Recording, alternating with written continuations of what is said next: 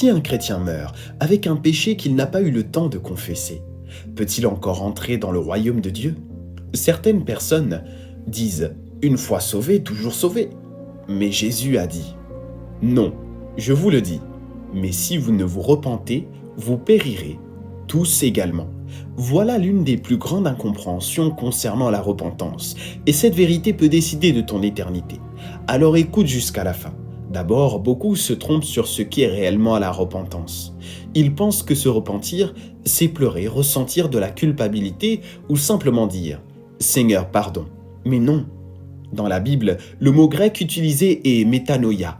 Cela signifie un changement de pensée qui produit un changement de direction. Regarde David, regarde les habitants de Ninive. Ils n'ont pas seulement pleuré, ils ont abandonné leur mauvaise voie. La vraie repentance n'est pas seulement une émotion, c'est une transformation de vie. Laisse-moi te donner une image. Imagine qu'un enfant soit adopté. Le juge prononce la décision. L'enfant entre dans une nouvelle famille. Ça, c'est la grâce. Mais ensuite, il choisit de vivre dans la rébellion, de voler, de désobéir, sans jamais vouloir changer. Et il dit « Je fais partie de la famille, je peux vivre comme je veux ». Écoute ce que Jésus dit dans Jean 8, 34-35. « en vérité, je vous le dis, quiconque se livre au péché est esclave du péché. Or, l'esclave ne demeure pas toujours dans la maison, le Fils y demeure toujours. Tu peux avoir entendu l'Évangile et pourtant continuer à vivre comme un esclave du péché. Dieu est saint, sa grâce n'est pas une excuse pour continuer volontairement dans le péché. Le pardon n'est pas une permission de pécher. Le pardon est une porte ouverte vers une vie transformée.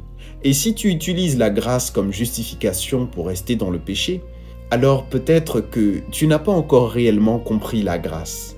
Mais écoute bien, personne ne peut briser seul le cycle du péché. C'est pour cela que Jésus a promis le Saint-Esprit. Quand le Consolateur sera venu, l'Esprit de vérité, il vous conduira dans toute la vérité, car il ne parlera pas de lui-même, mais il dira tout ce qu'il aura entendu et il vous annoncera les choses à venir. Tu n'as pas besoin de lutter seul. Tu as besoin de marcher avec le Saint-Esprit, celui qui peut réellement transformer ton cœur. Si cette vidéo a ouvert tes yeux, écris « Amen » dans les commentaires. Et partage cette vidéo avec quelqu'un qui pense encore que la grâce est une permission de continuer dans le péché. Aujourd'hui, le Saint-Esprit agit encore. Et Dieu révèle par sa parole des vérités capables de conduire une personne au salut.